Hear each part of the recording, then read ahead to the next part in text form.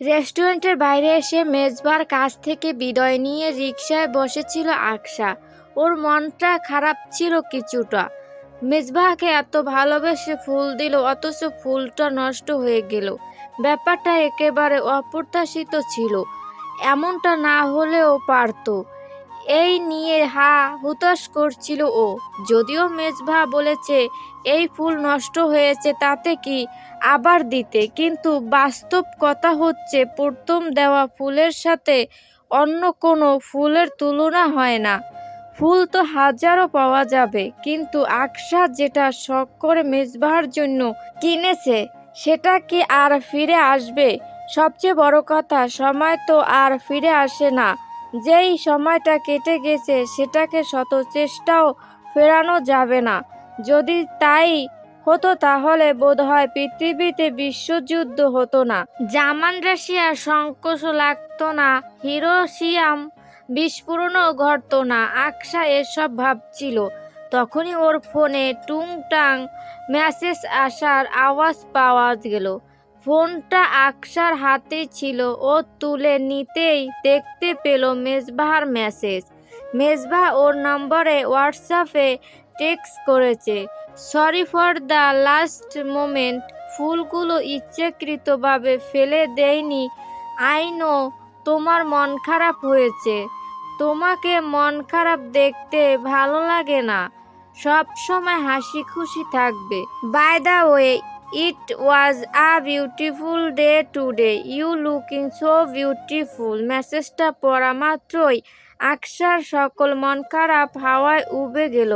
ওর ঠোঁটের কোণে সংক্ষিপ্তভাবে একরাশ হাসি এসে জমা হলো। আকশা মেজবাহর মেসেজের রিপ্লাইতে থ্যাংক ইউ লিখলো। মেজবাহ তাতে একটা লাভ রিয়েকশন দিয়ে রাখলো। আকশা যেন আকাশে উড়ছে প্রজাপতির ন্যায় ডানা মেলে। কিশোরী মেয়েরা যেমন সদ্য জীবনে প্রথমবার প্রেমে পড়লে ডানা মেলে উড়ে, মনের অজস্র অনুভূতি এসে জমা হয় ঠোঁটের কোণে, এক চিলতে লাজুক হাসি ফুটে থাকে। আকশার ক্ষেত্রেও তেমনই হচ্ছে।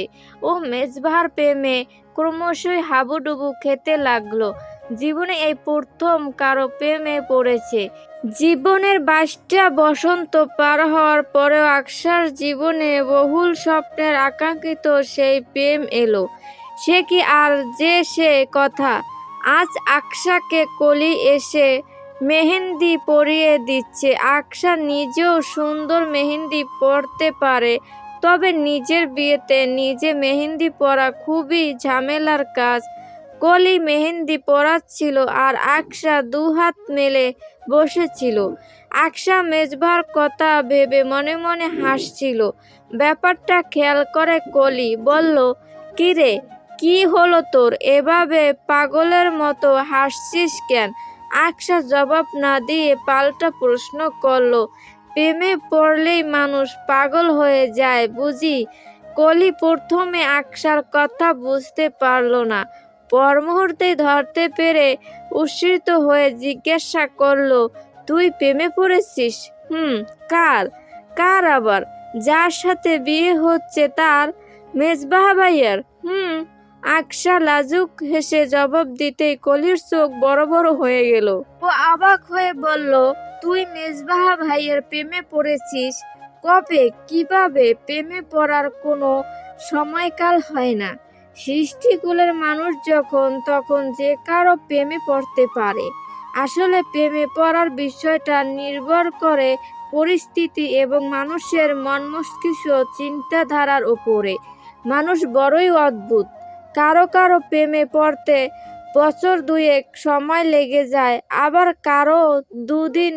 কলি হা করে তাকিয়ে থাকে। আকশা পুনরায় বলে, মেজবাহর প্রতিটা কাজকর্ম, কথাবার্তা এবং কেয়ার আমাকে ওনার প্রতি আকৃষ্ট হতে বাধ্য করেছে। উনি অত সুন্দর করে কথা বলে, আর ওনার ওই হাসিটা যে কাউকে সহজে ঘায়েল করে ফেলতে পারে। ওনার ওই হাসিতেই তো অর্ধেক মরেছি। আমি মেজবাহর প্রেমে পড়ে গিয়েছি কলি। এখান থেকে ফেরার আর কোনো পথ নেই, আর আমি ফিরতেও চাই না। মেজবাহ ভাইয়া তোকে এত সহজে মেনে নিল? মানবে না কেন?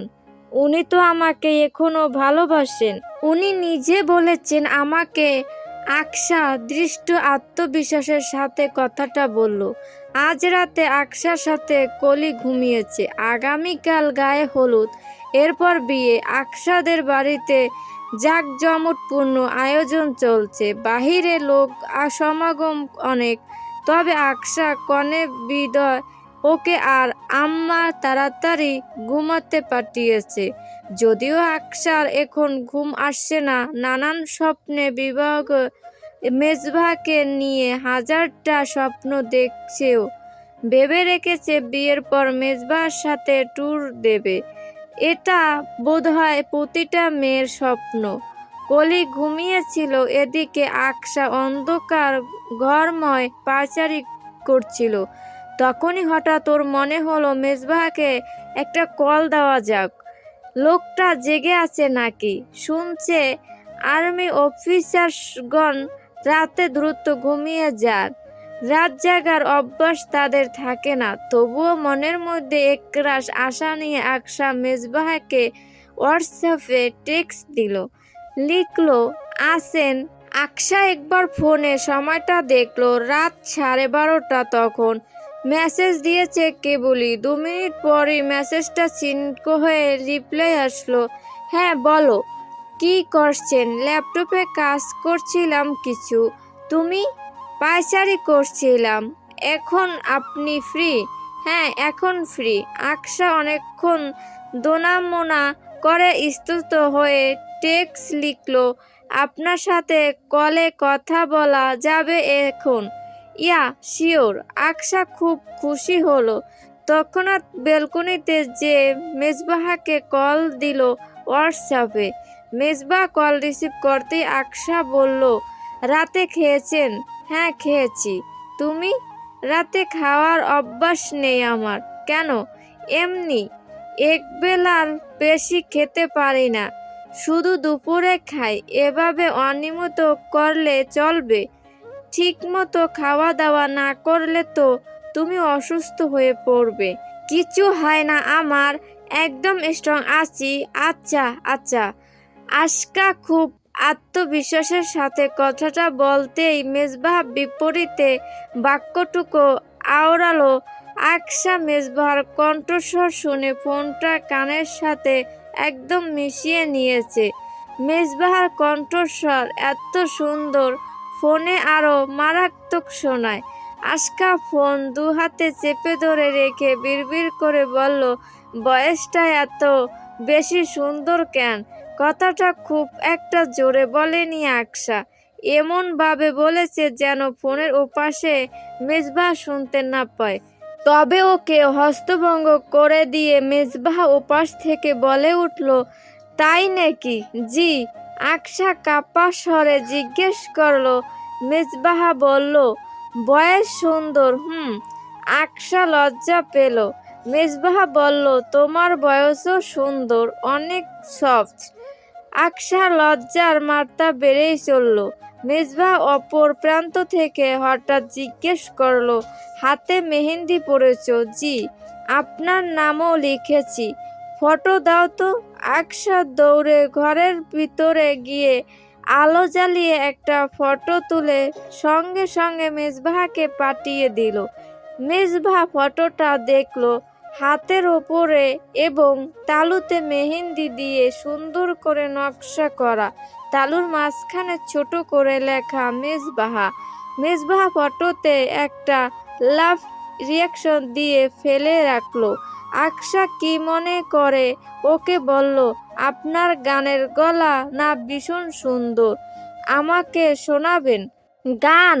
এখন? জি। কিভাবে? ভিডিও কলে? কোনো কিছু না ভেবেই বলে দিল। ওর মাথায় বুঝ চেপেছে মেজবাহর গলায় গান শুনবে এখন। ভীষণ মিস করছে। ওর সেদিনের গানের সুর তো ভুলতেই পারছে না। মেজবাহ একটু ভেবেচিন্তে বলল, ওকে, গিটার নিয়ে আসছি আমি। বর্তমানে আমি শার্টলেস রয়েছি, কিছু পরে আসছি। তুমি 5 মিনিট লেট করে কল দাও। বাহ বাহ, লোকটা ওর সামনে খালি গায়ে আসবে না। আকশা খানিক হাসলো ও গুনে গুনে 5 মিনিট অপেক্ষা করে এরপর মেজবাহকে ভিডিও কল দিল। মেজবাহ কল রিসিভ করার আগে আকশা ওড়না ঠিকমতো গায়ে জড়িয়ে নিল। চুলগুলো বেনি করা ছিল, সেগুলো সামনে এনে ফেলে রাখলো। মেজবাহ কল রিসিভ করতেই আকশা দেখলো লোকটা ঘরের এক কোণে ফ্লোরের উপরে বসে আছে, তার হাতে সেই সুন্দর গিটারখানা। মেজবাহর পরনে একটা কালো রঙের শ্যাডো গেঞ্জি এবং হালকা জলপাই রঙা পকেট প্যান্ট। মেজবাহ কোনো কথা না বলে ফোনটা সামনে কিছু একটার উপরে হেলান দিয়ে রেখে গিটারে সুর তুলতে শুরু করলো। আকশা একদানে তাকিয়ে রইল ক্যামেরার দিকে। গানের সুরে ঝক্কার উঠলো। ধীরে ধীরে মেজবাহ গাইতে শুরু করলো। মেজবাহ চোখ বুজে গিটার ক্রমাগত সুর তুলে গানটা গাইছে। গলার জোর ক্রমশই বাড়ছে ওর। ফোনের ওপাশে আকশা গালে হাত ঠেকিয়ে বসে মুগ্ধ হয়ে দেখছে মেজবাহকে। এত সুন্দর করে কিভাবে গাইতে পারে একটা লোক। আকশার মনে হলো মেজবাহ বুঝি ওকেই ডেডিকে করে গানটা গাইছে। ও বিমোহিত হচ্ছে বারবার। এক দৃষ্টিতে খেয়াল করে মেজবাহর গিটারে রাখা অনবরত নড়তে থাকা হাত, ওর বন্ধ করে রাখা চোখ, তীর তীর করে নড়তে থাকা ঠোঁট, আর গান গাওয়ার ফলে বারবার গলার মাঝ বরাবর উঁচু হয়ে ওঠা অংশটা দেখে ঢোক গিলে ফেলল। আকশা বিড়বিড় করে মুগ্ধ গলায় বলল, এত সুন্দর করে গাইতে পারেন কিভাবে মেজবাহ?